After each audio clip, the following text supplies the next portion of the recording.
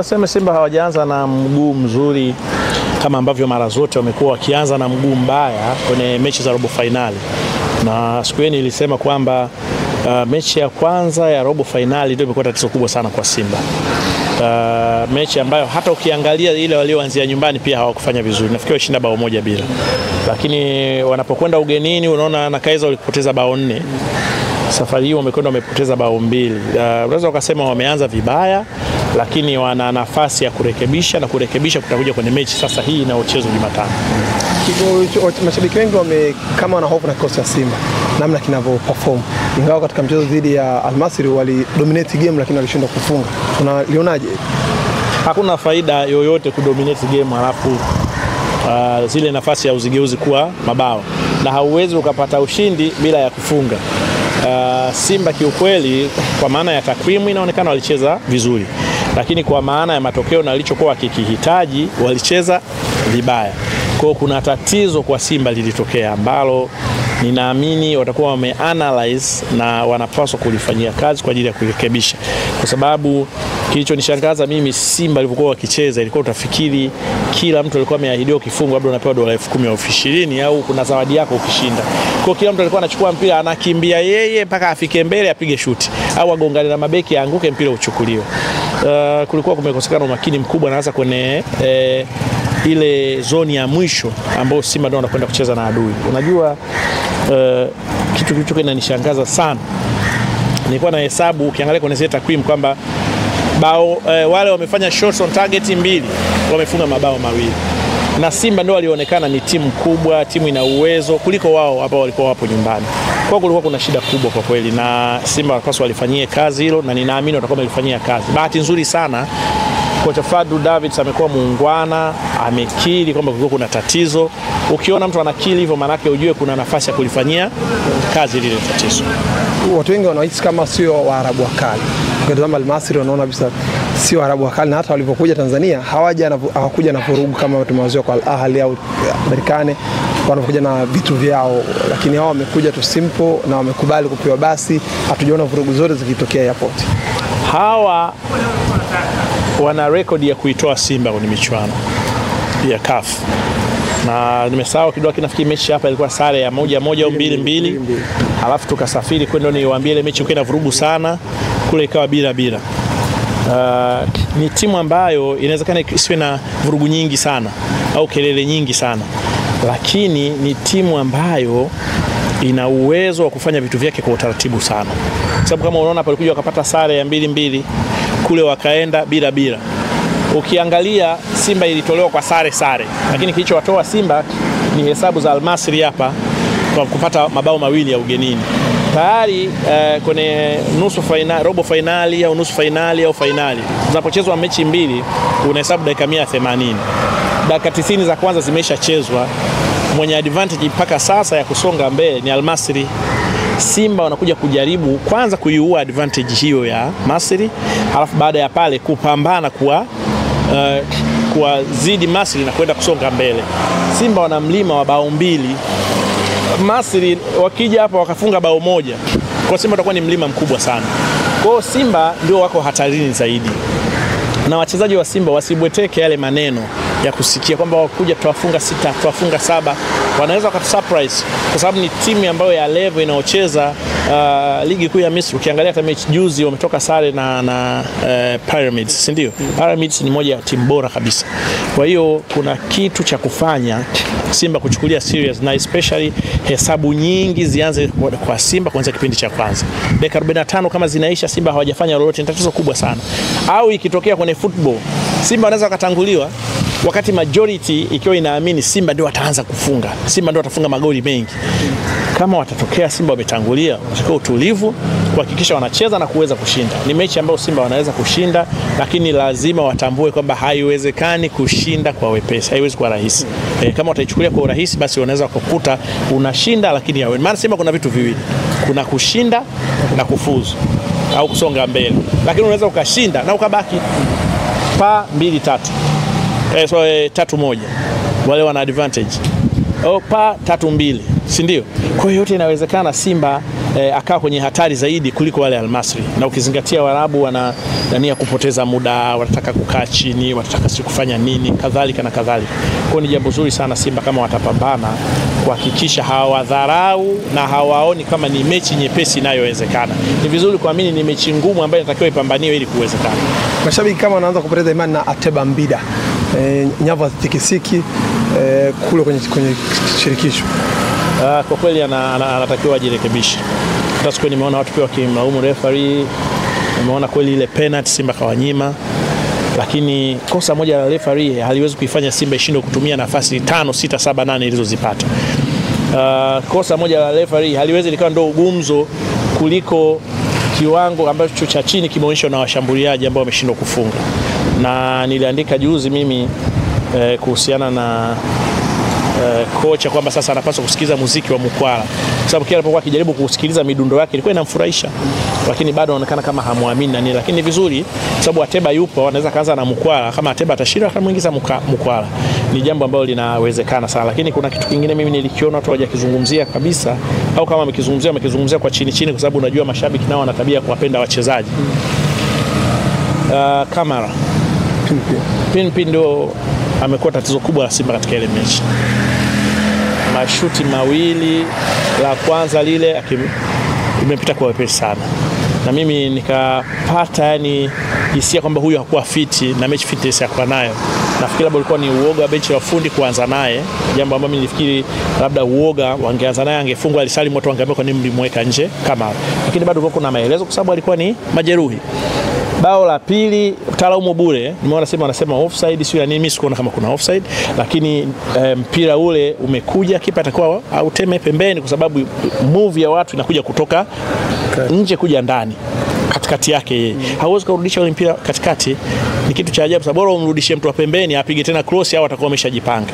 Kwa hiyo ilikuwa ni kosa jingine la kiufundi la kipa. Kwa hiyo ukiangalia mabao yote mawili ni kosa la kiufundi la kipa.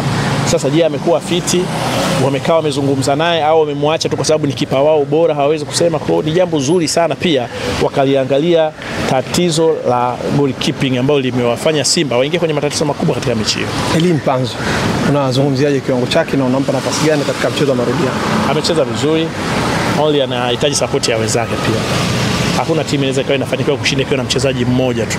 Wala mchezaji mmoja anakimbia peke yake, anakimbia anakwenda anapiga shuti, anakimbia anakwenda anapiga shuti, haiwezekani. Ni lazima mnapoitwa timu mwe mnaweza kushirikiana, na mimi ninaamini Simba kama watashirikiana, kila mmoja akaonyesha kiwango chake kwa ubora na akawa tayari kushirikiana na wenzake kwenye timu, mimi naamini wataweza kushinda na ikiwezekana wakafuzu. Simba safari hiyo wamemwalika Shewa Mkoa, wamemwalika Mtumi Mwamposa kwa kuwa sehemu ya mchezo wao, kwa maana ya kukamilisha ile kauli mbiu ya hii tunavuka. Imekuwa na maoni tofauti, watu kuwaona hawa watu wa dini kujihusisha kwenye mchezo wa mpira wa miguu, hususa kwenye mechi za Simba. Mimi naamini hata wao wanakuwa ni mashabiki wa timu zao pia, na wanapoalikwa kwa sababu ni watu wa watu, ni jambo zuri, na ukizingatia sasa hivi ni jambo la kitaifa hivi, sababu sisi hatuna timu tena sasa hivi. Tuna timu moja tunayoshiriki michuano ya kimataifa. Tulishapoteza mapema Azam nafikiri na nani Azam alivyotolewa nafikiri na Coast. Alafu baadaye kwenye Champions League tukampoteza Yanga tena. Kwa hiyo ukiangalia kwenye hatua hii ya robo finali tumefanikiwa kuwaingiza Simba ambao wakibaki robo finali hakuna kipi wanaweza wakatuambia. Simba ambao tunatarajia waende nusu finali ili kuendelea kuibeba Tanzania. Vizuri kabisa. Mimi nafikiri kualika mashehe wa mkoa, kualika watu wachungaji, si ndio, kama Mwamposa, ni jambo zuri na inaonyesha kabisa kwamba ili jambo limechukuliwa kwa uzito. Lakini nimeona pia wamemwalika Rais Karia, na yenyewe ikazua gumzo. Nikaona ni ile watu nafikiri wanakuwa wanakosa vya kuzungumza, na wanatamani tu kuzungumza au wanasikia raha kuzungumza au na wangependa kuzungumza ili waonekane. Lakini kwa sababu Karia ni kiongozi wa shirikisho la soka Tanzania, sasa hivi timu yake iliyo katika michuano ya kimataifa ni moja tu, Simba, anapaswa kuiunga mkono tena kwa kila hali. Na Karia kwenda kwenye mechi za Simba, kwenda mechi za Yanga ni jambo gani? Amekwenda mara nyingi tu. Kwani Yanga hawajawahi kumwalika? Na kama Yanga hawajawahi kumwalika, kwani kuna ubaya Simba wakimwalika? Kwani lazima Simba wamwalike, Yanga wamwalike ndio na Simba wafuatie? Kwa ni jambo la kawaida, na nafikiri hata wale watu wa Yanga ambao ni watu wa mpira wanakuwa wanaona hiki kinachojadiliwa kitu cha hovyo hovyo tu. Kwa mimi nilikuwa fikiri hiyo tungeacha tukafocus, kwa kwa sababu timu yetu inapaswa kuingia katika hatua inayofuatia. Mimi naamini hata wale Yanga wanaopenda mpira wangefurahia pia kuiona Simba inafanya vizuri zaidi, kwa sababu hiki ndio kipindi ambacho tunaweza kuendelea kuweka Simba kwenye ramani ya mpira kupitia timu yetu moja iliyobakia. Jembe, tupe experience yako. Tumeona Simba ametangaza hadharani kwa yote atakayetia mkono mechi yao dhidi ya Al-Masry watampeleka chini ya ardhi, kwa maana wataua mtu, hawataki masiara, wamedhamiria ubaya ubwela. Unaamini kuna namna yote timu kutokea ndani inaweza kutia mkono kwenye mchezo Simba Al-Masry? Kwanza mimi nataka nikuulize hapa, hivi tunapoongelea Simba hapa tunatia mkono, maana sasa nikapelekwa chini tunatia mkono hapa au hatujatia mkono? Kama hatujatia mkono vizuri, bado kupelekwa chini sio jambo zuri. Mimi nafikiri ni mikwara ya kimpira. Mimi sidhani kama hizo timu bado zinayo mambo, itakuwa ni mambo ya kizamani sana. Lakini sidhani kama Yanga leo wanaweza kuingia si mechi ya Simba, na hata kama watakuwepo siamini itakuwa ni uongozi wa Yanga, labda itakuwa ni watu wengine tu, mashabiki wameamua kufanya hivyo. Lakini bado Simba kama watajiandaa vizuri, watacheza vizuri, si ndio? Hata huo mkono unaotiwa si utatiliwa wapi. Kwa mimi ninaamini ni watu watakaa, na ushauri wangu wale ambao wanaona wanaweza kwenda kushangilia Simba hata kama ni Yanga, unakwenda uwanjani pale kuangalia mpira. Na kama unaona hauwezi kushangilia na unataka kuzomea, basi unapumzika nyumbani, afu unawaachia Simba wanaenda kupambana na wao wenyewe. Kwa mimi bado nina imani hakuna mtu ataitia mkono wala mguu, na ni washauri Simba wasipeleke mtu chini, sio jambo zuri. Lakini Yanga wameomba kualikwa, lakini Simba wamesema hata kama kuchanganyikiwa hawezi kualika Yanga. Wamekataa kualika Yanga? Ahmed Jati amefanya mahojiano akasema hata kama Simba wamechanganyikiwa kiasi gani hawezi kualika Yanga. Hawezi kualika. Sijui, lakini unajua bana, zamani ilikuwa watu wanaalikana. Mpira sasa hivi kidogo hapa katikati ilitokeaga wasemaji wakaufanya umekuwa na uadui sana. Na mtu kuwa Yanga labda Simba hapendi, au mtu kuwa Simba Yanga anaona kama ni kitu kibaya sana. Nchi yetu uwezo kuwachagulia watu kuwachague nini cha kukifurahia, wala uwezo kumpangia mtu awe Simba au awe Yanga. Kwanza ukianza kuwapangia watu huyu awe Simba au Yanga ni kupoteza muda tu, na ni mambo ya hovyo kabisa kuyawazia au kuyasikia. Kwa hiyo kama wamegoma kualika wao Simba, sisi hatuwezi kusema lolote. Tuachie wao, kwa sababu mimi na wewe tena tuna uwezo wa kumwalika mtu kwa sababu ni shughuli yao hawataka, basi tuiachie. Neno lako la mwisho kwa kijana wako Ali Kamwe kwa kile kilichotokea, na pia kwa wasemaji wengine kuhusiana na viongozi wa serikali, lakini pia na wao maeneo yao ya usemaji wa vilabu vyao? Mimi nimeona Ali amewekwa ndani. Kwanza nimpe pole kwa sababu mimi Ali ni kijana wangu, na anapotokea amefanya kitu kinamfanya aonekane kakosea, mimi najisikia vibaya kwa sababu mimi ni sehemu ya parts ya kuona au kufanya Ali awe leo vile, hata kama ni tofali moja.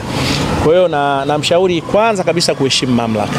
Unapokuwa msemaji, saa zingine unajua kuna ile push inayotoka ndani, tegemea labda ni kiongozi au ni shabiki, sometimes wanakupush, lakini end of the day umeona Ali amekaa ndani peke yake. Kwa ni vizuri tu sana kuheshimu mamlaka. Kuna namna ya kuongea na kila mtu. Kuna namna, mfano Ali akikutana na mimi, mfano sidhani kama ataongea na mimi kama anaongea na wewe Ali, kwa sababu atakuwa anajua anaongea na kaka yake. Kwa hiyo ni jambo zuri wakati mwingine kumheshimu mtu unapomwona kwenye nafasi, especially mtu mkuu wa mkoa, mteule wa rais wetu, mwakilishi wa watu wengi wa mkoa. Kwa kuna namna pia ya kuongea naye, usiongea naye kama unaongea tu na watu wengine wa mpira au masela. Na ninaamini watu bora zaidi huwa wanaimarika baada ya kukosea. Kukosea kwa Ali mimi naamini kutamfanya awe bora zaidi. Kwa hiyo atakuwa amejifunza jambo, na mimi tutarajie, naamini kumuona Ali akiwa bora zaidi alivyokuwa.